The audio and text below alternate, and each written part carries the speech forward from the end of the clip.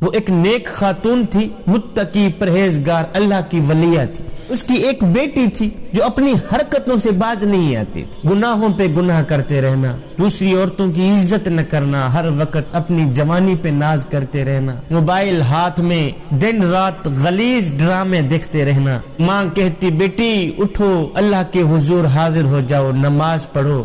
تو آگے وہ تلخ لہجے میں کہتی جا جا، میرے سجدوں کی اللہ کو کیا ضرورت، اس کے لیے تو ہے نا، تو ہی سجدے کر. اس طرح کے وہ نازیبا کلمات کہتی رہتی. گناہوں پہ گناہ، غلطیوں پہ غلطیاں، بری صحبت، جوانی کا نشہ، چہرے پہ رونق، حسن پہ ناز، فخر اور غرور نے اس کو کریم رب کی چوکھٹ سے دور کر دیا، آخرت کی فکر سے دور کر دیا، خشیت الہی سے دور کر دیا. ہے زندگی ساری گزر گئی. ایک دن موت کا فرشتہ آیا، اس بد کردار عورت کی جب روح نکلی، گھر والوں نے اٹھایا، اسے ایک اندھیری کوٹڑی میں جا سلایا. مرنے کے بعد ماں نے بیٹی کو خواب میں دیکھا. اس نیک ولیہ نے، متقی پرہیزگار عورت نے اپنی بیٹی کو خواب میں دیکھا اور پوچھا بیٹی بتا تیرے رب نے تیرے ساتھ کیا سلوک کیا، تیرے رب نے تیرے ساتھ کیا سلوک کیا. اب ہر وقت سوشل میڈیا کے ساتھ وابستہ رہنے والی، نماز کے قریب نہ جانے والی، قرآن کے قریب نہ جانے والی میری مائیں بہنیں ضرور سنیں. مرنے کے بعد نیک ماں کو خواب میں ملی یہ بد کردار بیٹی. ماں نے پوچھا بیٹی بتا تیرے رب نے تیرے ساتھ کیا سلوک کیا. کہا نہ پوچھ امی، تو سچ کہا کرتی تھی کہ آج ہی تیرے پاس وقت ہے، اللہ کے حضور حاضر ہو جا. ہے میں ساری زندگی اپنے جس حسن پہ ناز کرتی رہی، آج اس حسن کو مٹی کھا گئی.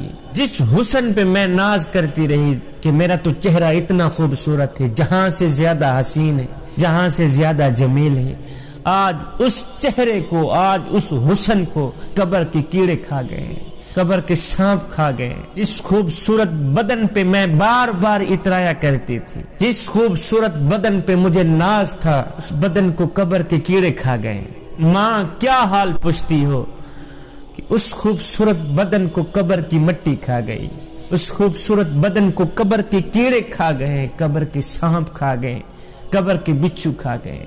موت کا فرشتہ کیا آیا، میرا خوبصورت نام مردوں میں تبدیل کر دیا گیا، میری جوانی خاک میں ملا دی گئی، میرا موٹا تازہ بدن کیڑوں کی غذا بن گیا، بچھوؤں کی غذا بن گیا.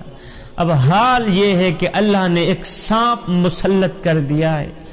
وہ سانپ دن رات مجھے ڈستا ہے، دن رات مجھے ڈستا ہے، اور اس کا ایک بار ڈسنا اتنا درد ہوتا ہے کہ کائنات کا سارا درد ملا دیا جائے تو وہ درد کم ہوگا، لیکن اس سانپ کے ڈسنے کا درد مجھے زیادہ ہوتا ہے. اور یہ سانپ جو ہے قیامت تک مجھے ڈستا رہے گا. یہ تو ایک بد کردار عورت کی کہانی تم لوگوں نے سنی جس کو قبر میں روزانہ سانپ ڈستا ہے. اب اس نیک عورت کی کہانی نہ سنو.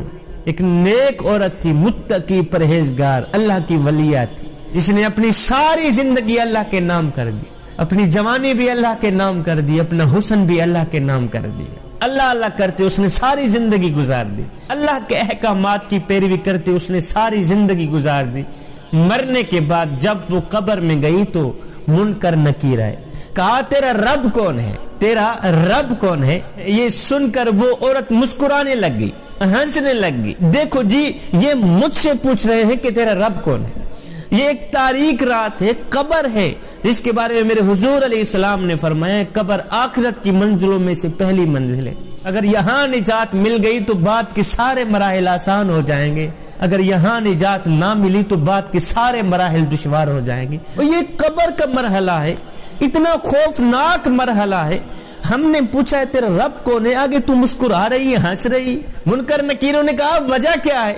اس نیک اللہ کی بندی نے کہا فرشتو تم پہلا آسمان چیر کر، دوسرا آسمان چیر کر، چوتھا، پانچواں، چھٹا، ساتواں آسمان چیر کر، ہواؤں کو پھاڑ کر، فضاؤں کو پھاڑ کر، دھرتی کو پھاڑ کر، اتنے دور سے آنے والوں کو پتا ہے کہ ہمارا رب کون ہے. میں جو 2 فٹ نیچے آئی ہوں مجھے پتہ نہیں کہ میرا رب کون ہے.